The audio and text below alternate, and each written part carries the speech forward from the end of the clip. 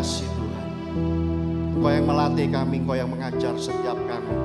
Pribadi lepas pribadi Tuhan. Sehingga kami boleh berkata bukan dari kata orang kami boleh mengenal Kau. Bukan dari kata manusia kami boleh mengenal Kau. Tapi Roh-Mu yang mengajari kami. Seperti Daud Tuhan Kau ajar. Ajar setiap kami Tuhan. Sehingga kami boleh memuji-muji dan menyembah Engkau. Melalui lidah bibir hamba setiap kami Tuhan. Dan itu boleh menjadi dupa yang harum dan menyenangkan hati Tuhan. Terima kasih Tuhan. Kami rindu menyenangkan hati-Mu dengan sukacita. Curahkan roh sukacita-Mu bagi kami. Di dalam nama Yesus yang percaya katakan, amin. Shalom, selamat pagi. Haleluya, puji Tuhan ya. Kita pujikan zaman Elia.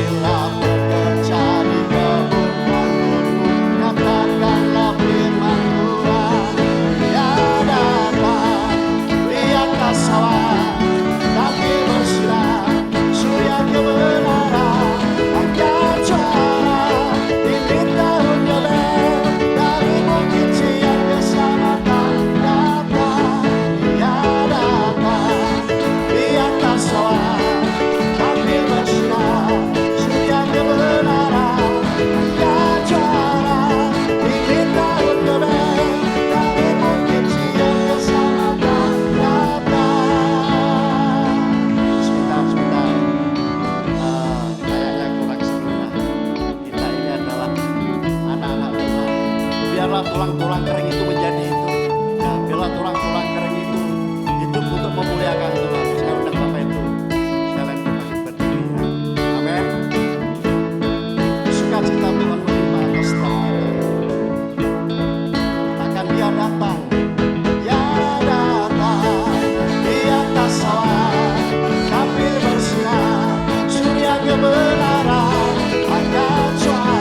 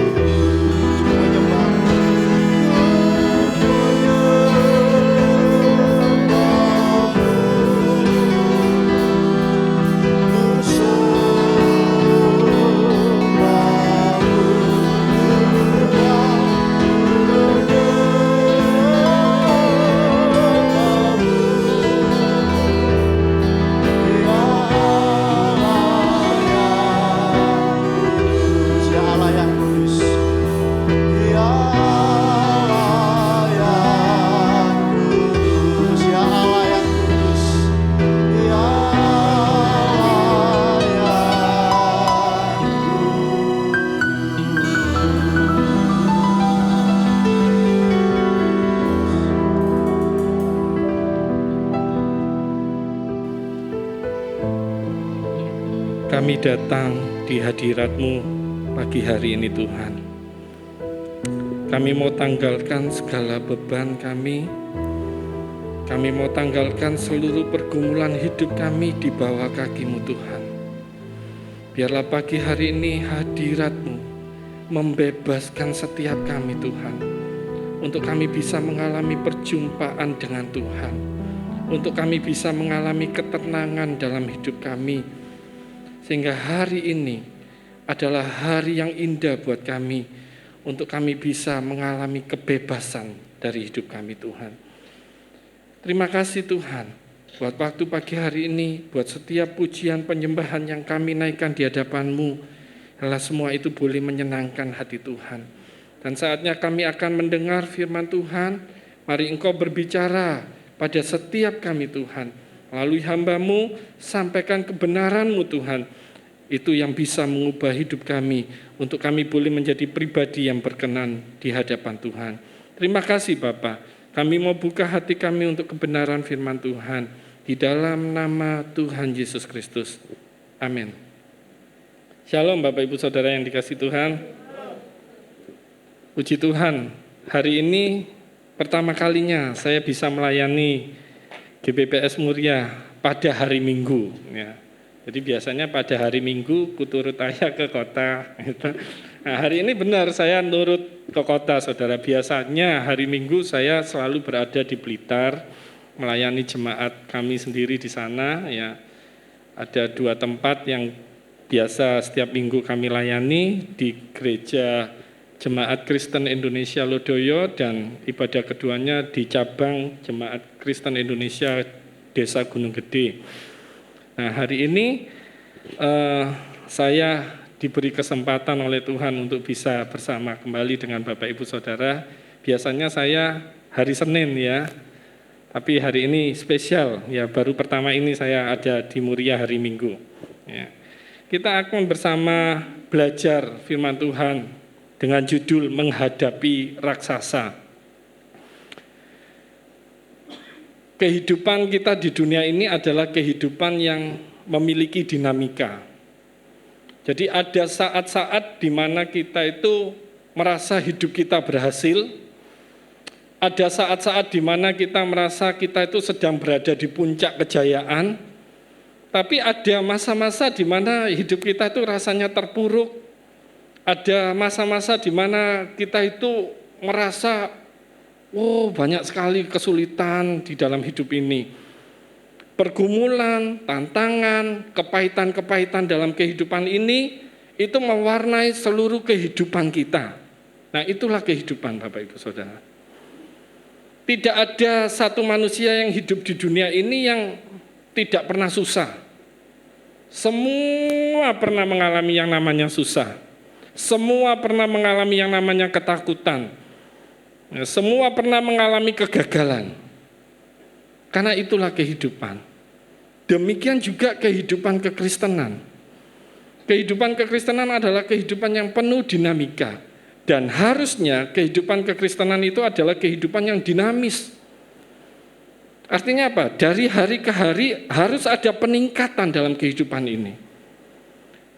Kalau dulu sering khawatir, hari berikutnya rasa khawatirnya semakin hilang. Hari berikutnya rasa khawatirnya semakin hilang. Hari berikutnya dia menjadi orang yang kuat untuk menghadapi rasa khawatirnya. Inilah kehidupan kekristenan yang Tuhan inginkan dari setiap kehidupan orang-orang yang percaya. Tetapi kita tidak bisa memungkiri bahwa dalam kehidupan kekristenan sekalipun, kita itu sering menghadapi yang namanya tantangan. Kita juga akan menghadapi yang namanya kekhawatiran. Dalam kehidupan kekristenan kita akan dibawa masuk bukan dalam satu kehidupan yang bebas dari masalah. Murid-murid ketika mengikut Yesus, mereka bukan murid-murid yang hidupnya bebas dari masalah. Tidak, Bapak Ibu Saudara. Mereka justru dihadapkan pada badai, pada tantangan-tantangan kehidupan. Nah, tetapi itulah yang membuat murid-murid pengikut Yesus itu menjadi kuat. Bagaimana murid-murid bisa menjalani kehidupan bersama dengan Yesus dan mereka bisa menjadi seorang yang kuat? Nah, satu cara yang Tuhan pakai adalah Tuhan biarkan badai-badai kehidupan itu terjadi dalam kehidupan murid-murid. Demikian juga dengan kita sebagai pengikut Yesus. Bagaimana supaya kita bisa memiliki kehidupan kekristenan yang kuat? Tuhan pakai cara-cara tertentu untuk melatih kita, untuk mendidik kita menjadi orang Kristen yang kuat, menjadi pengikut Yesus yang tegar. Nah, hari ini kita akan belajar bersama dalam 1 Samuel 17 ayat 1 sampai ayat yang 11. Saya kasih tema di situ ya, menghadapi raksasa. Dan menghadapi raksasa itu saya kasih tema kecil lagi, pertarungan sepanjang masa. Artinya apa? Saudara, menghadapi raksasa itu bukan satu kali pertempuran yang terjadi dalam hidup kita, sekali itu selesai, tidak. Tetapi rupanya menghadapi raksasa itu adalah pertarungan sepanjang masa yang harus dihadapi oleh setiap orang Kristen. Kita ingat sebuah kisah ya dalam 1 Samuel ini, kisah yang paling mungkin sudah berapa kali kita dengar ya, sejak kita sekolah minggu. Cerita ini adalah cerita yang menarik. Hanya ada dua tokoh utama di situ, dua lakonnya, yaitu Daud dengan Goliat. Ya, mari kita baca ayat 1. Orang Filistin mengumpulkan tentaranya untuk berperang. Mereka berkumpul di Soko yang di tanah Yehuda dan berkemah antara Soko dan Aseka di Efes Damim. Nah, saudara, pada satu kali ya, bangsa Filistin itu mereka mengumpulkan semua tentaranya, mereka mengincar bangsa Israel. Karena memang riwayat sejarah bangsa Israel itu tidak pernah lepas dari Filistin. Ya, Tuhan taruh bangsa Filistin, Tuhan taruh bangsa Midian, Tuhan taruh bangsa Amalek, Tuhan taruh bangsa Amori, bangsa-bangsa Kanaan yang kuat itu di sekitar Israel untuk apa? Untuk melatih bangsa Israel itu menjadi bangsa yang kuat. Dan dalam ayat ini kita melihat Tuhan biarkan orang Filistin itu ya berkumpul. Mereka mengumpulkan tentaranya untuk apa? Berperang. Jadi ini ancaman yang serius. Bukan hanya guyonan mengumpulkan tentara terus maju gitu, tetapi mereka orang Filistin itu punya satu tujuan, yaitu memerangi bangsa Israel. Nah, mereka berkumpul di Soko yang dekat Aseka situ ya, terus bangsa Israel juga tidak jauh dari situ. Kita baca ayat yang kedua. Saul dan orang-orang Israel juga berkumpul dan berkemah di lembah Tarbantin. Mereka mengatur barisan perangnya berhadapan dengan orang Filistin. Nah, ketika Saul sebagai raja Israel mendengar bahwa ada berita bangsa Filistin itu sedang berkumpul untuk memerangi bangsa Israel, dia tidak mau kalah, saudara. Dia siapkan juga pasukannya, orang-orang Israel yang terlatih, ya prajurit-prajuritnya dikumpulkan juga berkemah, tidak jauh dari tempat orang Filistin berkemah. Jadi ada ada satu lembah, ada dua bukit ya, kanan kiri. Nah, kalau bangsa Israel di sebelah kanan, bangsa Filistin di sebelah kiri. Di tengah-tengahnya itu ada sungai yang turun lembah begini, saudara. Jadi mereka itu berhadapan-hadapan. Ayat 3 kita lihat. Orang Filistin berdiri di bukit sebelah sini, gitu, dan orang Israel berdiri di bukit di sebelah sana. Dan lembah ada di antara mereka. Jadi kedua pasukan ini bisa lihat satu sama lain. Mungkin bangsa Israel melihat, wah ternyata kemahnya bangsa Filistin lebih banyak, prajuritnya lebih banyak. Dan bangsa Filistin juga melihat, wah bangsa Israel sedikit. Gitu. Jadi sama-sama punya penilaian terhadap lawannya. Ayat 4. Ini di luar dugaan. Ya, ayat 4. Lalu tampillah keluar seorang pendekar dari tentara orang Filistin, namanya Goliat dari Gat, tingginya 6 hasta sejengkal. Kita lihat berapa tinggi Goliat kalau kita ukur dalam meter ya, berikutnya. Nah, kurang lebih. Nah, manusia umumnya, prajurit Israel, prajurit Filistin pada umumnya itu tingginya 170-180 cm. Tetapi Goliat 6 hasta sejengkal itu kurang lebih 280 sampai 3 meter 20, saudara. Jadi saudara sudah bisa membayangkan ya, dari sekian banyak pasukan Filistin yang berkemah, diceritakan tiba-tiba satu pendekar itu maju. Memang dimunculkan di area paling depan, dan dia bernama Goliat. Goliat ini keturunan raksasa, saudara. Tingginya saja hampir 2 kali lipatnya manusia biasa. Jadi bangsa Israel hari itu melihat, biasanya mereka berperang bangsa lawan bangsa, tetapi kali ini ternyata ada satu yang dimunculkan oleh bangsa Filistin. Kita lihat ayat berikutnya.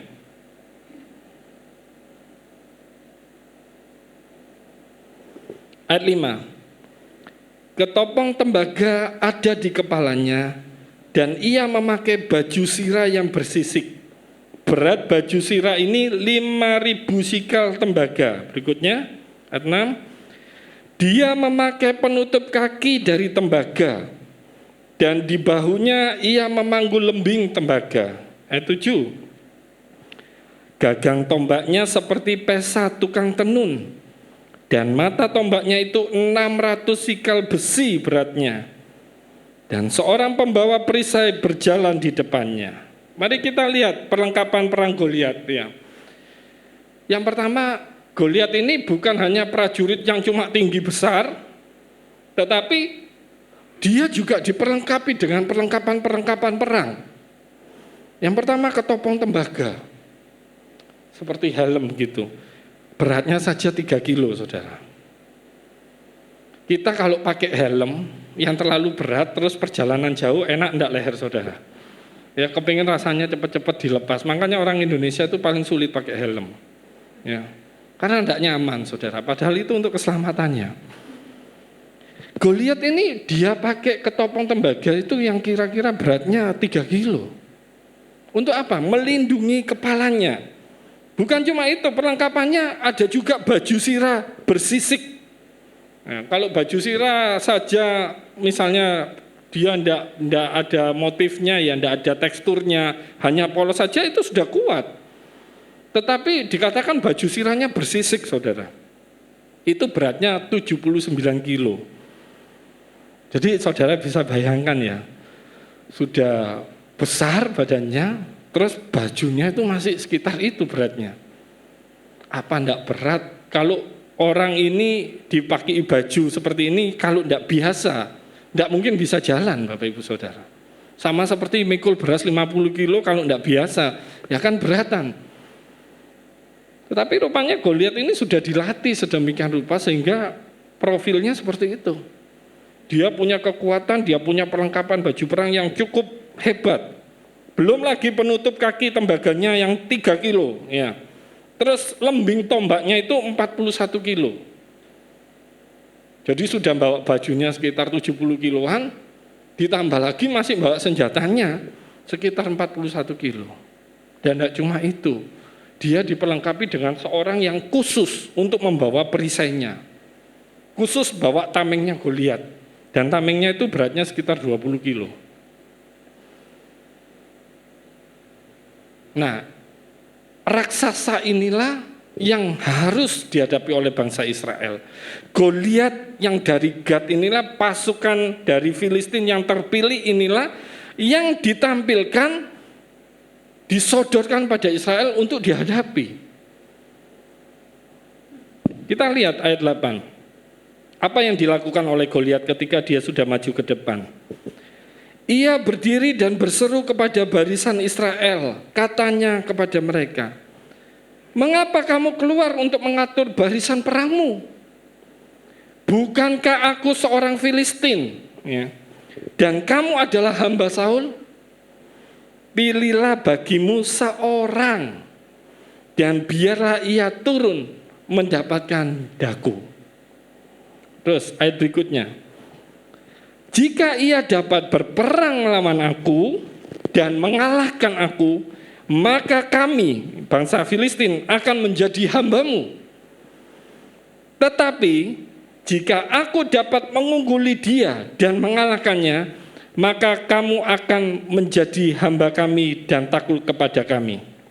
Ayat 10. Pula kata orang Filistin itu, aku menantang hari ini barisan Israel, berikanlah kepadaku seorang supaya kami berperang seorang lawan seorang.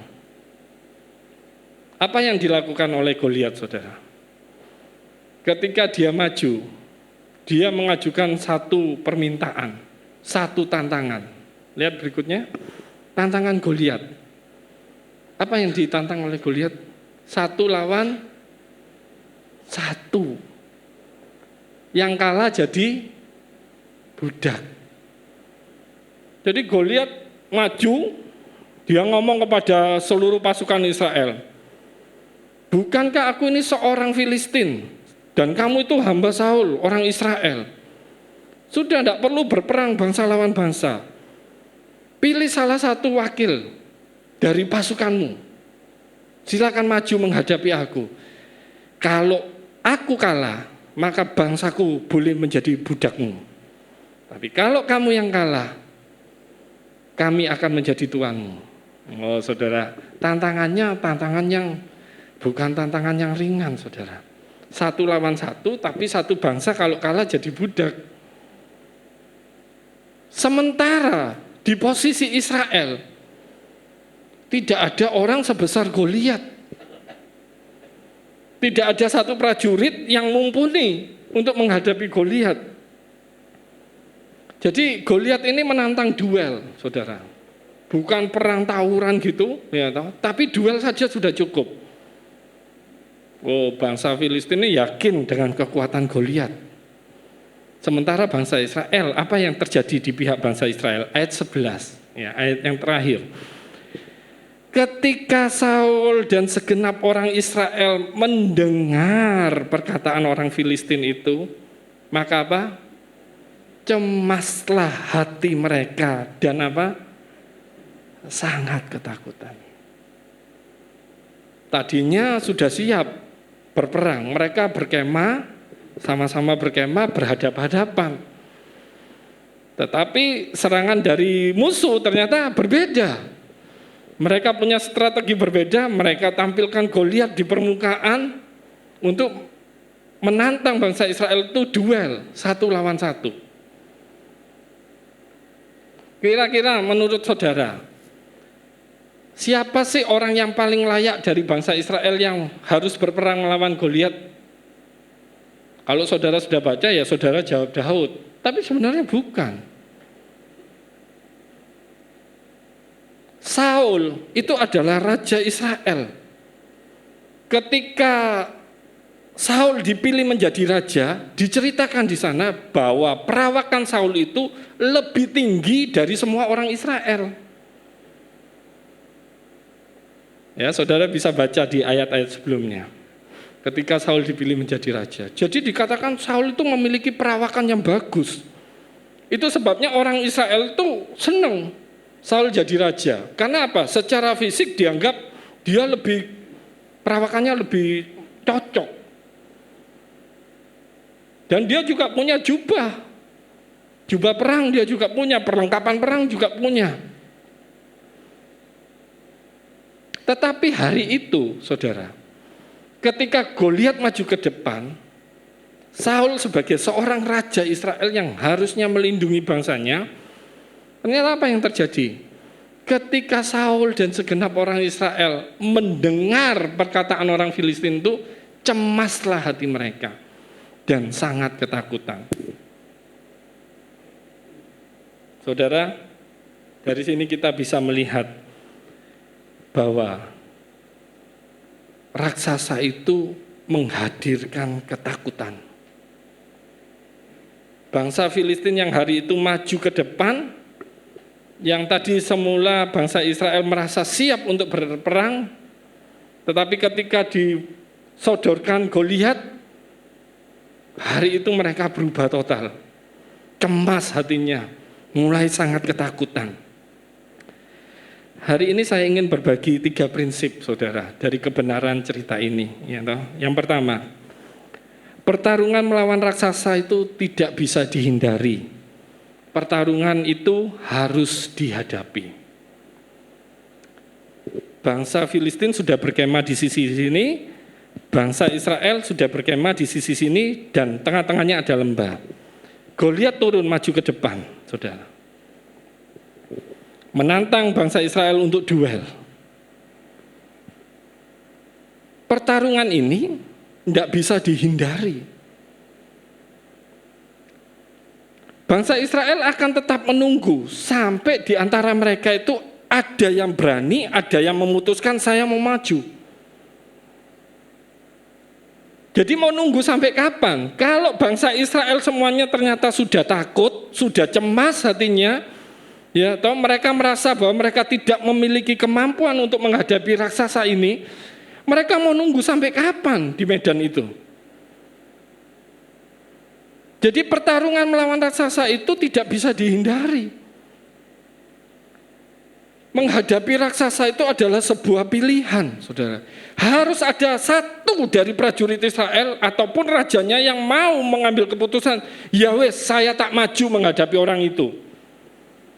Kalau enggak, bangsa Israel akan membuang waktu sedemikian banyak hanya untuk duduk di medan pertempuran, sementara musuh mereka mengintimidasi mereka terus. Nah, dalam kehidupan kekristenan kita itu seperti itu gambarannya. Kita akan dihadapkan pada banyak musuh. Kita akan dihadapkan pada banyak tantangan, pergumulan hidup. Apakah itu sakit penyakit yang membuat kita merasa, wah ini sudah tidak ada harapan lagi. Goliat itu bisa mengenakan banyak wajah. Dia bisa datang dengan sakit penyakit. Dia bisa datang dengan rasa takut. Saudara takut mati. Saudara takut menghadapi kesulitan-kesulitan kehidupan. Dia bisa datang dengan pergumulan-pergumulan hidup, kesulitan ekonomi yang saudara hadapi hari-hari ini. Pekerjaan saudara yang sedang mengalami jalan buntu hari-hari ini. Keluarga saudara yang begitu menekan saudara. Bukankah itu Goliat-Goliat yang hadir dalam kehidupan kekristenan kita? Dan Goliat-Goliat itu tidak bisa kita hindari, Bapak Ibu Saudara. Itu selalu ada di depan kita. Itu sebabnya saya kasih tema menghadapi raksasa adalah pertarungan sepanjang masa. Selama kita menjadi orang Kristen, selama kita menjadi pengikut Tuhan, kita akan selalu menghadapi Goliat-Goliat itu dalam kehidupan kita. Dan itu tidak bisa dihindari. Yang namanya raksasa itu harus dihadapi. Kita lihat di akhir ceritanya, ya toh.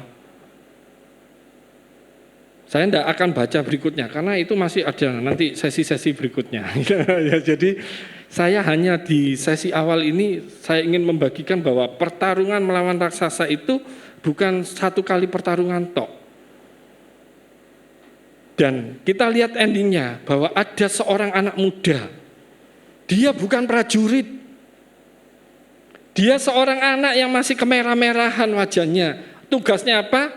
Mengembalakan kambing domba. Tapi hari itu Tuhan merencanakan sesuatu yang indah untuk anak muda ini. Ya, bapaknya nyuruh, kamu pergi ya, jenguk kakak-kakakmu yang sedang dalam medan pertarungan. Karena mereka berapa hari ini sudah tidak pulang. Bawakan bekal mereka. Anak muda ini datang. Dia adalah Daud. Kakak-kakak Daud adalah prajurit yang gagah perkasa, saudara. Bahkan Samuel ketika melihat kakak-kakak Daud merasa, oh ini orang yang diurapi Tuhan, ini cocok jadi raja. Secara perawakan kakak-kakak Daud itu juga adalah orang-orang yang layak harusnya dipilih untuk melawan Goliat. Tetapi orang-orang yang punya perawakan besar ini sama sekali tidak punya hati yang besar. Daud yang kecil, dia punya hati yang besar, saudara. Dan ketika Daud melihat situasi itu, ketika dia mendengar Goliat itu menghina, orang Israel menghina Tuhan, Daud dia tidak bisa terima. Dia adalah orang yang dekat dengan Tuhan. Dalam pengembalaannya sebagai seorang gembala, dia memasmurkan pujian, penyembahan kepada Tuhan. Dia punya hubungan yang dekat dengan Tuhan. Pengenalannya akan Tuhan itu membuat hatinya kuat. Sehingga ketika dia melihat Goliat, dia tidak fokus dengan Goliat yang besar. Tapi Daud itu fokus dengan Tuhan. Siapa orang ini yang berani menghina pasukan Allah? Siapa orang ini yang berani menghina Tuhan? Daud tidak lihat Goliat itu besarnya tinggi 3,20 meter, enggak. Dia melihat bahwa Goliat ini orang yang kurang ajar, yang berani menghina Tuhannya. Itu sebabnya dia ambil keputusan, saya mau maju melawan Goliat. Dan itulah jalan keluar yang Tuhan berikan bagi bangsa Israel. Nah saudara, kita lihat ya bahwa Daud itu memang sedang dipersiapkan untuk menjadi raja bagi bangsa Israel. Kalau Daud tidak berani menghadapi Goliat, Daud itu hanya menjadi seorang gembala domba. Daud akan hanya menjadi seorang Daud yang biasa-biasa saja. Tapi karena hari itu Daud melihat sebuah kesempatan untuk menunjukkan kuasa Tuhan. Daud memiliki hati yang mencintai Tuhan, yang tidak bisa mendengar hinaan terhadap Tuhannya. Dia ambil keputusan, saya mau maju melawan orang itu. Pengenalannya akan Tuhan selama dia mengembalakan kambing domba, itulah yang memunculkan keberanian Daud untuk menghadapi Goliat. Kenapa Daud begitu memiliki keberanian, saudara? Karena hari-hari hidupnya dia dekat dengan Tuhan. Dia punya pengalaman-pengalaman kesendirian bersama Tuhan yang membuat hatinya itu kuat. Sehingga ketika Goliat datang, walaupun Goliat itu sebesar itu tidak membuatnya gentar. Tapi justru di mata Daud, Goliat itu kecil. Bagi Saul, Goliat itu begitu besar, saudara, untuk dihadapi. Tapi bagi Daud, Goliat itu kesempatan besar untuk dihadapi. Jadi beda, saudara. Cara pandang orang yang dekat dengan Tuhan sama orang yang tidak punya hubungan dengan Tuhan, ketika diperhadapkan pada situasi ketakutan, kekhawatiran, permasalahan, mereka punya respon yang berbeda. Orang-orang Israel mengalami ketakutan mendengar tantangan dari Goliat. Tetapi Daud yang baru hari itu dia datang dan dia dengar, saudara, dia langsung memiliki keberanian.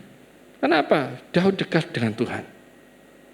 Nah, hari ini saudara, bagaimana supaya kita bisa menghadapi raksasa-raksasa dalam kehidupan kita? Tidak ada cara lain. Bahwa hidupmu dekat dengan Tuhan.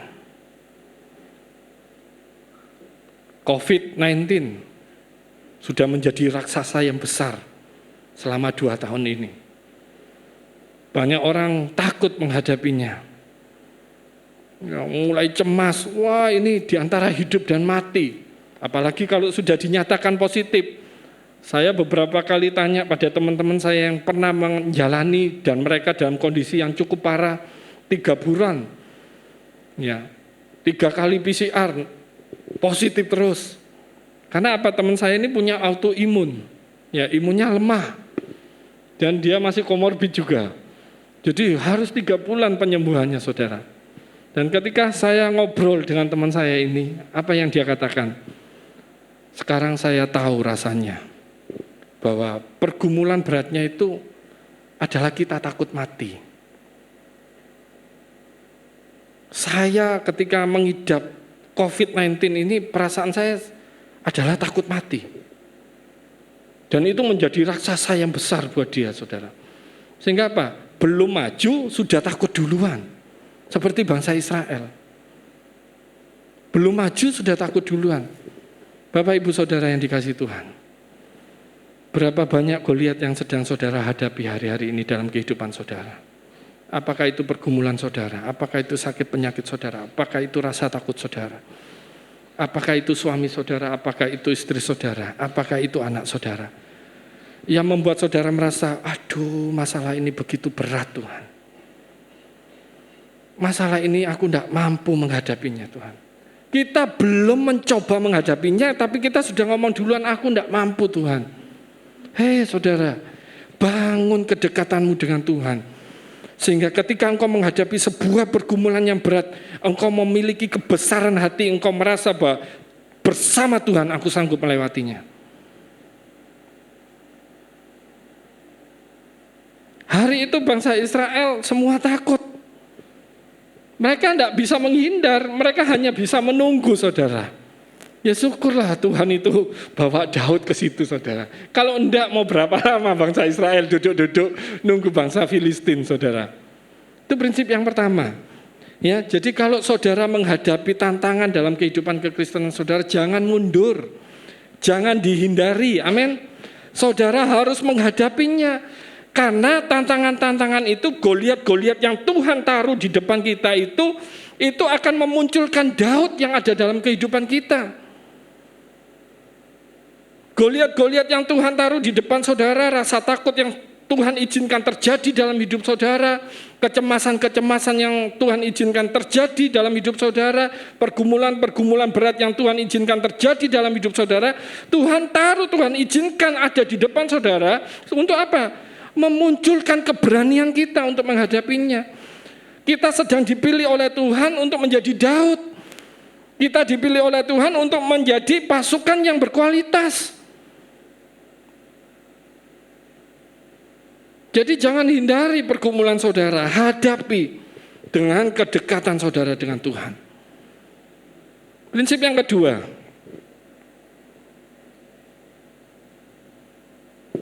tantangan raksasa akan membuat kita takut.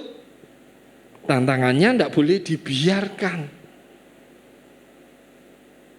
Jadi kalau tadi menghadapi raksasa itu tidak boleh dihindari, tapi harus dihadapi. Nah, prinsip yang kedua, tantangan raksasa itu pasti membuat orang takut. Lihat, bangsa Israel semula berani menghadapi bangsa Israel ketika mereka lihat, bangsa Filistin berkemah mau berperang melawan kita. Mereka juga siapkan pasukannya, saudara. Secara rame-rame mereka berani, tetapi ketika mereka mendengar tantangan duel dari Goliat, mereka takut. Kenapa mereka takut? Karena mereka mendengar, saudara. Coba perhatikan ayatnya. Ketika bangsa Israel mendengar perkataan orang Filistin itu, mendengar. Kalau Goliat itu kita dengarkan dalam hidup kita, lambat laun itu akan menurunkan kekuatan kita, saudara. Secara tidak sadar, bangsa Israel itu diintimidasi. Bangsa Israel di medan pertempuran itu bukan sehari 2 hari, saudara. Firman Tuhan katakan 40 hari mereka di situ. 40 hari mereka biarkan Goliat itu setiap pagi maju. Ayo pilih satu orang dari antara kamu, maju melawan aku, kita duel. Sorenya maju lagi, ayo pilih salah satu, seorang dari antara kamu, kita duel. Besoknya maju lagi, ayo pilih. Besoknya lagi, ayo pilih. Sambil menghina Tuhan, sambil menghina pasukan bangsa Israel. Nah, bangsa Israel diperlakukan seperti itu oleh Goliat selama 40 hari, saudara. Sehingga apa? Intimidasi itu semakin membuat bangsa Israel itu takut. Kalau saudara izinkan ketakutan itu ada hadir dalam hidup saudara, saudara mendengarkan rasa takut saudara, lambat laun kekuatan saudara akan hilang. Karena saudara lebih dengar, iya ya, kita lu enggak sebesar dia. Kita ini cuma biasa-biasa. Dari mana saya punya kemampuan untuk menghadapi persoalan ini? Dari mana saya punya uang untuk menyelesaikan masalah ini? Kita akan dibuat semakin takut. Itu dari mana kekuatan saya untuk menghadapi suami saya? untuk menghadapi istri saya? Bagaimana cara saya untuk menghadapi anak saya yang seperti ini? Kita akan dibuat oleh raksasa-raksasa di depan kita itu menjadi kecil, saudara. Perhatikan, jadi itu sebabnya prinsip kedua berkata, tantangan raksasa itu pasti membuat kita takut. Dan itu tidak boleh dibiarkan. Saudara harus mengambil keputusan dalam hidup saudara. Jangan dengarkan ketakutan saudara menekan hidupmu. Amin. Jangan biarkan rasa takut saudara terhadap masalahmu itu lebih besar. Saudara punya roh yang lebih besar dalam hidupmu. Dan itulah yang sedang mau dimunculkan oleh Tuhan dari kehidupan setiap orang percaya. Sehingga ketika kita menghadapi masalah, kita itu menjadi orang yang kuat. Tidak, ini terlalu kecil untuk dihadapi Tuhan. Bersama dengan Tuhan saya bisa. Kalau kita mendengarkan bangsa Filistin, ya raksasa itu, ya kita akan dibuat takut. Besok kamu mati loh. Atau sakit COVID, lihatan kamu mulai tidak bisa nafas toh, lihatan kamu mulai kehilangan indera penciuman toh, lihatan kamu sudah mulai tidak bisa rasa, lihatan mulai sesak toh, besok kamu mati. Ketakutan itu kita dengarkan saudara. Ya mati kita saudara. Lihatan uangmu sudah habis toh, lihatan, ya toh pekerjaanmu tidak menghasilkan toh. COVID ini lihatan loh sudah berdampak sedemikian terhadap pekerjaan saya. Lihatan kita mau jadi apa? Kalau masalah-masalah itu kita dengarkan dan kita beri ruang di hati kita, semakin hari dia akan semakin maju dan mendesak kekuatan kita sehingga kita tidak lagi punya kekuatan untuk menghadapi masalah itu, saudara.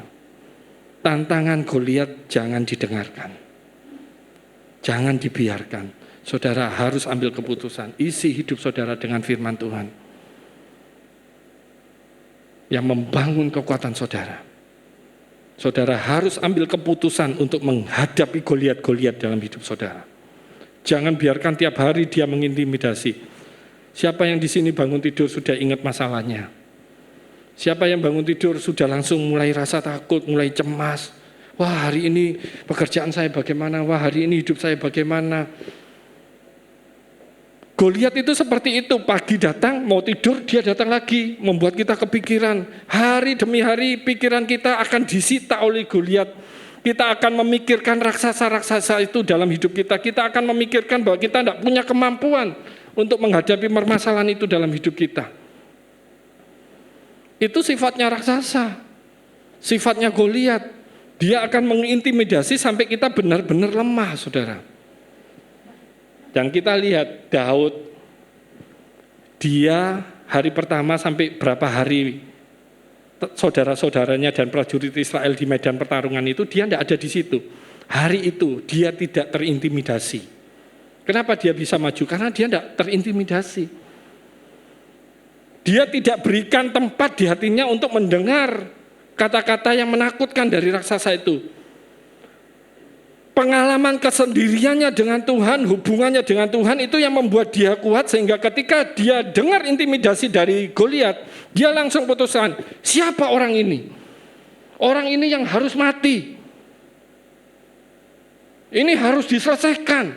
Hari itu dia ambil keputusan dan dia beri dirinya untuk melawan Goliat. Dan kita lihat akhirnya Goliat bisa dikalahkan. Prinsip yang ketiga, yang terakhir. Saya mengutip ini ya, dalam sebuah buku pernah ditulis demikian, ketika kita fokus pada raksasa, kita tersandung. Tapi ketika kita fokus pada Allah, raksasa kita terjungkal. Saudara bisa memahami ya? Ketika kita fokus pada raksasa, kita akan tersandung, saudara. Kita akan mengalami ketakutan, kita akan memiliki kekhawatiran. Kita tidak punya keberanian untuk menghadapi raksasa. Tetapi ketika kita fokus pada Allah, justru raksasa kita yang akan terjungkal. Amin. Daud tidak berfokus pada Goliat, saudara. Daud berfokus pada Allah. Dia tahu Allah yang disembahnya, saudara. Dia kenal betul siapa Tuhannya. Sehingga ketika dia mendengar olok-olok dari Goliat, cintanya kepada Tuhan itu membakar hatinya. Dia tidak bisa menerima perkataan-perkataan yang jelek itu. Dia bilang, orang ini yang harus mengalami apa yang dia katakan. Dan dia putuskan, dia maju berperang, saudara. Dan kita lihat akhirnya, Goliatlah yang terjungkal, saudara. Kenapa Daud tidak memberikan ruang di hatinya untuk diintimidasi? Dia biarkan pengalaman kesendiriannya dengan Tuhan itu ditampilkan saat itu. Memanifestasikan kuasa Tuhan. Siapa Daud, saudara? Dia seorang anak kecil. Dia tidak dilatih berperang. Tapi pengalaman hidupnya sehari-hari, mulai dari hal-hal yang kecil, mengembalakan domba, menghadapi binatang-binatang buas yang mengancam dombanya, itulah yang melatih Daud menjadi seorang yang kuat. Sehingga bagi Daud, Goliat itu tidak beda dengan binatang-binatang buas yang lain. Hanya seorang binatang saja. Kenapa banyak orang Kristen begitu takut menghadapi persoalan? Kenapa banyak orang Kristen begitu takut menghadapi kematian? Kenapa banyak orang Kristen takut menghadapi sakit penyakit? Karena dia berikan ruang di hatinya untuk memikirkan sakit penyakitnya. Dia berikan ruang di hatinya untuk memikirkan begitu sulitnya hidup ini. Dia berikan ruang di hatinya untuk melihat bahwa tidak ada lagi seorang yang menolong dia. Mari Bapak Ibu Saudara, hari ini kita mendengar kebenaran ini. Jadilah orang Kristen yang kuat menghadapi raksasa-raksasa. Kenapa Daud ambil 5 batu? Ya, nanti kita lihat ya di pertemuan-pertemuan berikutnya ya, Cik, ya. Ya, kita akan lihat gitu ya. Ternyata Daud itu tidak sekali tok menghadapi Goliat. 5 batu itu tindakan iman dari Daud. Masih ada 4 raksasa lagi di depannya, saudara. Dan itu pengalaman-pengalaman pertarungan menghadapi raksasa sepanjang masa yang mau dibagikan melalui kebenaran firman Tuhan pagi hari ini. Bahwa ketika saudara menghadapi pergumulan walaupun saudara menjadi Kristen, itu adalah sebuah kesempatan bagi saudara untuk menunjukkan kuasa Tuhan dalam hidup saudara. Amin. Mari tundukkan kepala. Kami tidak bisa menutup mata dengan situasi yang ada di depan kami seperti sebuah raksasa yang harus kami hadapi, tidak bisa kami hindari. Itu sebabnya pagi hari ini Tuhan kami mengaku di hadapan-Mu, kami tidak mampu menghadapi jika tanpa Tuhan. Itu sebabnya kami mengaku kami butuh Tuhan, kami perlu dekat dengan Tuhan. Kami mau Tuhan, Engkau tinggal di dalam hidup kami, karena kami bukan apa-apa tanpa Tuhan. Supaya kami menang, kami berhasil. Kami tidak bisa menghadapi dengan akal budi kami, dengan kekuatan kami, dengan kekayaan atau pangkat kami, atau apapun yang kami punya, kami tidak bisa. Tapi kami percaya dengan Tuhan kami bisa. Itu sebabnya dengan iman kami katakan, masalah-masalah yang kami hadapi hari ini di dalam nama Yesus, kami pasti bisa hadapi. Tuhan pasti selesaikan. Tuhan pasti kerjakan mujizat dengan sempurna. Terima kasih Tuhan, terima kasih. Firman-Mu sangat meneguhkan kami.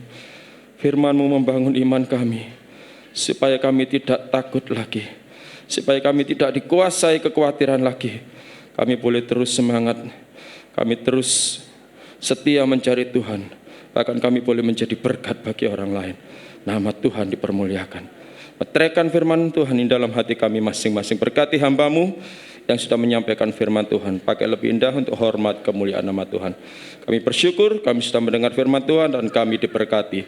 Dalam nama Tuhan Yesus kami berdoa. Pagi hari ini kami berdoa untuk Ibu Yuli Tuhan. Kalau Tuhan sudah menolong beberapa hari ini, kami yakin bahwa pertolongan Tuhan pasti lebih sempurna lagi.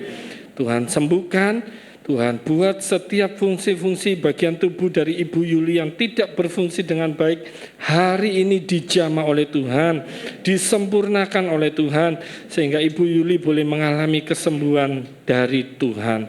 Terima kasih Bapak, kami berdoa untuk setiap jemaat yang sakit, Tuhan tolong sembuhkan, bahwa mereka untuk tetap dekat dengan Tuhan. Kami berdoa untuk setiap jemaat yang sedang menghadapi kesusahan, pergumulan, Tuhan tolong berikan kekuatan, buat mereka memiliki iman kepada Tuhan, buat mereka tetap fokus pada Allah, sehingga mereka bisa menghadapi setiap Goliat-Goliat itu dalam hidup mereka Tuhan.